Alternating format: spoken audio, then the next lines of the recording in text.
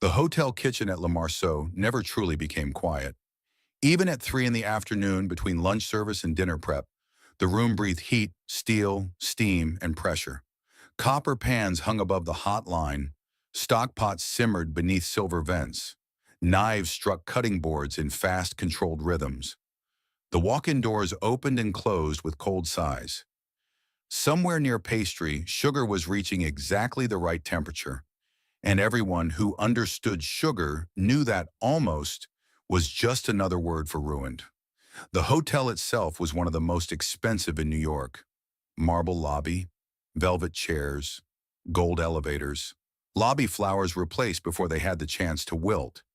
Guests who wore watches worth more than cars and complained when the espresso foam was half a degree cooler than expected. The restaurant inside the hotel, Maison Vert, had one Michelin star and wanted two so badly the desire seemed to hang in the kitchen louder than the ticket printer. At the center of that desire stood Chef Laurent Whitcomb. He was white, 52, French-trained, famous, elegant, and cruel in the way some kitchens still mistook for discipline. He had sharp cheekbones, silver at his temples, and a voice that could slice through the noise of a dinner rush without rising. He had built Maison Vert's reputation on precision. Clean sauces, restrained plating, expensive ingredients, and desserts so architectural they looked designed by someone who feared joy. He respected pastry as long as pastry behaved. That was the problem with Amara Brooks. Amara was 34, black, and the hotel's senior pastry artist, though Laurent usually called her pastry as if she were a station rather than a person. She had trained in Atlanta, Paris, and Montreal, worked in two fine dining kitchens, and built a quiet following among guests who came back specifically for her desserts. She understood laminated dough, chocolate tempering, pulled sugar, entremets, plated desserts, sorbets, custards, mousses, and the emotional mathematics of ending a meal correctly. She also understood memory. Her desserts did not simply decorate a menu. They carried stories.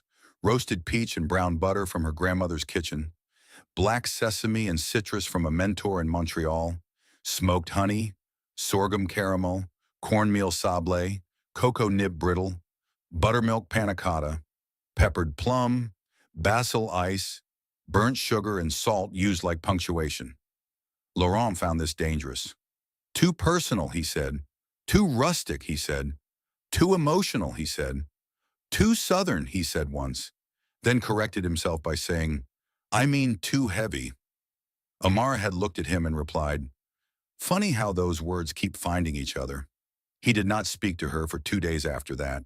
Now, on the afternoon before a major review dinner, she stood at the pastry station assembling a dessert that Laurent had already rejected twice. It was called charred peach, smoke, and silk, a delicate dessert built from roasted peach gelée, smoked vanilla cream, brown butter sponge, sorghum caramel thread, buttermilk sorbet, and a glass-thin sugar shard dusted with dehydrated peach skin. It looked simple at first glance, almost quiet, but when eaten correctly, the first bite gave fruit, smoke, acid, cream, and warmth all at once. It tasted like summer remembered through fire. Amara believed it was the strongest dessert she had ever made. Laurent called it hotel brunch nostalgia in a costume. He wanted the yuzu white chocolate sphere. Again, the sphere was beautiful, perfect, glossy, safe. It cracked under warm sauce and collapsed into citrus foam and almond crumble. Guests photographed it. Influencers loved it. It had been on the menu in different forms for 8 months. It was exactly the kind of dessert that looked expensive before it tasted like anything. Amara hated it. The review dinner would include 2 anonymous Michelin inspectors, though nobody was supposed to know that. In reality, everyone knew enough to be terrified. The reservation had appeared under an unremarkable name. The hotel's general manager had received 3 separate calls from people who pretended not to be nervous. Laurent had ordered new aprons and threatened to fire the guard manger cook for uneven brunoise before service even began. At 4 o'clock, Laurent walked into Pastry with his tasting spoon in hand. The station tightened immediately. 2 Camas pastry cooks straightened. The chocolatier lowered her eyes. Amara kept placing peach gelée onto chilled plates. Laurent stopped behind her. You are still plating this? Yes, chef. I told you the sphere is for tonight. You told me what you wanted. I told you this is better. A sheet pan clattered somewhere behind them, then quickly stopped. Laurent's face went still. He stepped closer to the pass and looked at the dessert. Better? Yes. He gave a soft laugh. That laugh again. The small one. The one meant to tell the room permission had been granted to doubt her. Amara, he said, this is not a family supper. She placed another sugar shard without looking up. Good, I did not plate one. This is maison vert. I know where I work. And yet you keep trying to turn dessert into autobiography. She looked up then. Every dish in this restaurant is autobiography. Yours just has better press language. A Camise cook inhaled sharply. Laurent's eyes narrowed. Careful. There it was. Careful. A word used in kitchens when someone wanted obedience to sound like professional advice. Amara wiped the edge of the plate with a cloth. The dessert balances the menu. Your savory courses are restrained, mineral, acidic. This gives warmth without heaviness. It finishes with memory instead of spectacle. He smiled coldly. Memory does not earn stars. No, she said. Neither does boredom. The room froze. Laurent stepped fully into the station now. You think the sphere is boring? I think it is technically polished and emotionally empty. That dessert sells. So do lobby candles. One of the pastry cooks turned away quickly, shoulders shaking once. Laurent looked at him. The cook stopped moving. Then Laurent turned back to Amara. You have talent, he said. She knew that opening. Talent before dismissal. But you mistake intensity for refinement. Your flavors are loud. Your concepts are sentimental. You want every plate to announce where you come from. Amara held his gaze. And you want every plate to pretend no one came from anywhere. His jaw tightened. This is fine dining. Fine dining is not required to be sterile. No, but it requires control. I have control. He pointed at the dessert. This is not control. This is indulgence. Amara felt heat rise behind her eyes, but her hands stayed steady. When Laurent used words like control and indulgence, he was not only talking about sugar, he was talking about her palate, her confidence, her refusal to make herself neutral enough to be acceptable. She said, taste it. I have tasted versions of it. No, taste this plate. He stared at her. The room waited. Finally, he picked up a spoon, cut through the peach gelée, sorbet, cream, sponge, and caramel thread, and put the bite in his mouth. For a fraction of a second, his expression changed. Amara saw it. So did the chocolatier. So did the sous chef standing near the dry storage shelves, pretending to review inventory. The dessert landed. Then Laurent recovered. It is pleasant, he said. Amara laughed once, very softly. He flushed. Pleasant, she repeated. Yes, pleasant, but not Michelin level. What makes it not Michelin level? It lacks elegance. Name the technical flaw. He looked irritated. That is not the point. It is exactly the point. No, the point is that you are too attached to this dish to see it clearly. There it was. Attachment. When Laurent defended a sauce for 6 months, it was vision. When Amara defended a dessert after testing it 14 times, it was attachment. She set down her tweezers.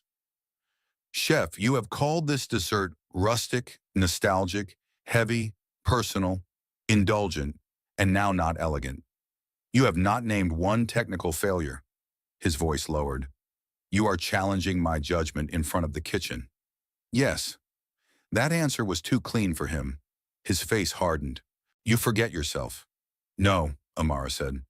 You keep trying to remind me where you think I belong. The kitchen went silent in the way only kitchens can, with every machine still running, but every person suddenly aware of exactly where they are standing. Laurent stepped back. Plate the sphere tonight, he said. No. The word landed like a dropped knife. The sous chef moved forward. Amara! She raised a hand. Laurent stared at her. Excuse me. No, chef. I will not put a weaker dessert on the review menu because you are uncomfortable with this one. His face went red. I can remove you from service. You can, but you still need dessert. He looked toward the pastry team. Nobody moved. That was the moment Laurent realized something important and unpleasant. The pastry station would not abandon her quickly enough for him to save face. Before he could respond, the general manager appeared at the kitchen entrance, pale and anxious. "Chef," she said, "the 7:30 table confirmed. 2 guests, tasting menu, no dietary restrictions." Everyone knew what that meant. The inspectors. Laurent inhaled slowly, then turned back to Amara. "The sphere," he said quietly. "Or you leave the kitchen." Amara untied her apron. The room stopped. She folded it once and placed it on the station. Laurent's expression flickered. He had expected resistance, not consequence. The general manager looked horrified. "Amara!" Amara looked at her team. "Do not overwhip the vanilla cream. Keep the sorbet at -12. If he forces the sphere, temper new shells. The backup batch is too thick." Then she walked out of the kitchen. She made it to the service corridor before the anger hit fully. Not loud anger. Worse.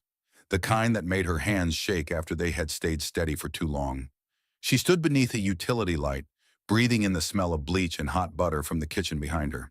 For a moment she considered leaving the hotel entirely, taking off the chef coat, walking past the lobby flowers, going home, letting Laurent serve his beautiful empty sphere and call the night a success.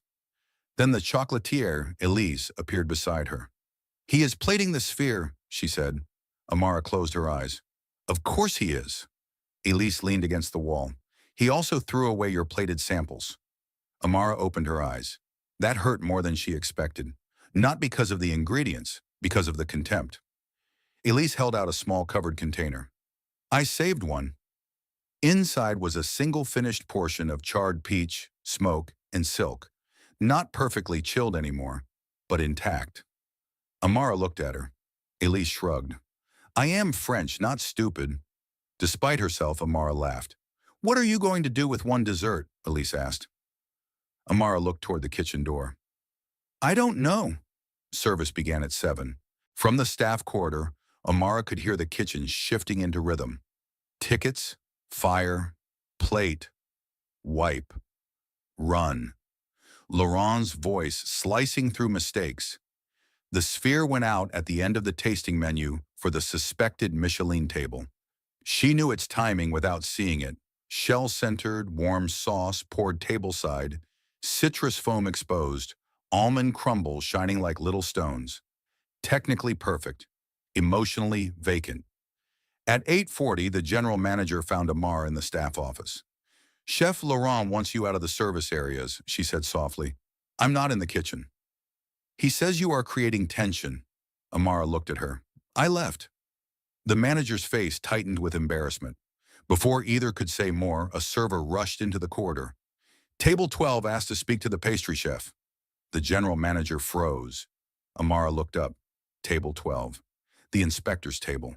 The manager swallowed. "Which pastry chef?" The server looked confused. "They asked for the person who made the peach dessert." Silence. Amara stood slowly. The manager whispered, "But they got the sphere." The server shook his head. "No, they said the peach dessert, the small one. They tasted it at the bar." Amara's eyes moved to Elise, who appeared at the far end of the corridor with the expression of someone who had done something dangerous and excellent. Elise said, "One dessert cannot sit in a container forever." Amara stared at her. "What did you do?" "I sent it to the bar for staff tasting." The bartender gave a spoon to the woman at table 12 when she asked what it was. The general manager looked like she might faint. "The Michelin judge asked for it?" Elise lifted one shoulder. "Apparently." Amara followed the manager through the service corridor into the dining room. Maison Vera's dining room was soft, expensive, and almost theatrical in its restraint. Pale walls, low flowers, candlelight, linen, silver. Diners, speaking quietly as if sound itself had a dress code. At table 12 sat 2 guests, a middle-aged woman in a charcoal jacket and a man with wire-rimmed glasses.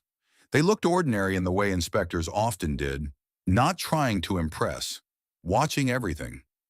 Laurent was already there. His smile was tight. The woman looked past him as Amara approached. "Are you the pastry chef?" Laurent answered before she could. "This is Amara Brooks, part of our pastry team." Amara looked at him. "Part of our pastry team." The woman noticed. I asked for the person who created the peach dessert, she said. Amara said, that was me. Laurent's jaw tightened. The woman smiled slightly. Then I would like your name properly. Amara stood straighter. Amara Brooks. The woman repeated it carefully. Amara Brooks. The man beside her nodded. That dessert was not on the tasting menu. No, Amara said. Why not? The dining room seemed to disappear around the table. Laurent said smoothly, we were considering it as a future seasonal option. Amara looked at him. The woman looked at Amara. Is that true? There are moments in a kitchen career when the truth costs something immediately. Amara knew that. She also knew the lie would cost more. No, she said. I wanted it on tonight's menu. Chef Laurent chose another dessert. The man with glasses looked toward Laurent. The sphere? Yes, Amara said. He glanced down at his notes. The sphere was flawless. Laurent's expression recovered slightly. Then the man continued. Unforgettable. Laurent went still. The woman leaned forward. The peach dessert had identity, restraint, smoke without gimmick, sorghum caramel used with precision, buttermilk acidity. The sugar shard was slightly softened when we received it, but the concept survived that. I would like to taste it properly plated, the general manager whispered. Of course. Laurent said nothing. Amara looked at the woman. I would need 15 minutes. Take 20 if it helps, the woman said. Back in the kitchen, everything had changed. People moved, but differently.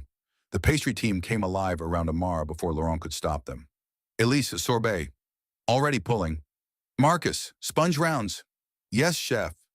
Lena, peach gelée from tray 3, not 4. Yes, chef. Amara tied on a fresh apron. Laurent stood near the pass. This is highly irregular, he said. She did not look at him. So is throwing away the best dessert in the kitchen? His face hardened, but he said nothing. The plate came together in 13 minutes. This time, perfect. Cold sorbet, clean gelée, cream smooth as silk, caramel thread lifted high, sugar shard crisp, smoke barely there but present, the plate warm enough in color to feel intimate without looking rustic. Amara carried it herself to table 12. The woman tasted first, then the man. They did not speak immediately. Good critics often let food finish talking. Finally, the woman looked up. Ms. Brooks, she said, this is the first dessert tonight that told us something we could not have guessed from the menu. Amara felt the sentence move through her body. The man added, it belongs to the restaurant's future, not its comfort zone. Laurent, standing nearby, looked as if the floor had tilted. The woman turned to him. Chef Whitcomb, why was this not served? He opened his mouth. No elegant answer appeared. Amara said nothing. For once, she did not rescue the silence. Laurent finally said, I misjudged it. The woman looked at him for a long moment. Yes, she said. You did. The inspection ended quietly, as inspections usually do. No dramatic announcement. No golden envelope. No immediate confirmation. The diners finished coffee, thanked the staff, and left through the lobby like any other guests. But by midnight, everyone in the kitchen knew what had happened. The Michelin judge had asked for Amara's name. Not Laurent's, hers. After service, Laurent called a staff meeting. The kitchen gathered near the pass. Exhausted cooks, dishwasher leaning in the doorway, pastry team with sugar burns and flour on sleeves. The general manager stood near the office, still visibly shaken. Laurent faced them. For the first time all day, he looked tired in a way that did not belong to ego. Tonight, he said, the strongest dessert served at Maison Vert was created by Amara Brooks. No one moved, he continued. I rejected it. I was wrong. Amara stood at the pastry station, arms folded. Laurent looked at her. I mocked the dish. I called it sentimental, rustic, not elegant. I was wrong. Still not enough, she thought. Maybe he knew. He took a breath. I also spoke to you with disrespect. I reduced your work because I did not understand it, and because I expected refinement to look like my own training. The kitchen was silent now. His voice lowered. That was arrogance. Amara watched him. He had not said everything, but he had said more than she expected. And tomorrow, Laurent continued, charred peach, smoke, and silk goes on the menu. credited to Chef Amara Brooks. A sound moved through the kitchen. Not applause yet. Surprise first. Then Elise began clapping. The pastry team followed. Then the line cooks. Then even the dishwasher who shouted, "About time!" People laughed. Amara did not clap. She looked at Laurent. "Chef Amara Brooks," she said. He blinked. She held his gaze. "Not pastry, not part of the team. Chef Amara Brooks." His face flushed. Then he nodded. "Chef Amara Brooks." "Good." The dessert went on the menu the next evening. At first, Laurent tried to adjust the plating. Amara looked at him once. He walked away. Within 2 weeks, guests were asking for the peach dessert by name. Reviewers mentioned it. A food writer called it a dessert that carries smoke, memory, and discipline in equal measure. Another wrote, "The final course at Maison Vert no longer feels like a decorative conclusion. It feels like the meal's thesis." 3 months later, Maison Vert earned its second Michelin star. The announcement praised the restaurant's new emotional depth in the pastry program and specifically mentioned Amara Brooks's seasonal dessert work. The hotel celebrated loudly. Laurent gave interviews about evolution, listening, and the importance of letting younger chefs shape the future. Amara watched one clip and rolled her eyes so hard Elise told her she might need medical attention. Still, Laurent did something he would not have done before. When a journalist asked him about the peach dessert, he said, "That dish belongs to Chef Amara Brooks. I almost failed to recognize it. The star recognized it before I did." That line traveled. So did Amara's name.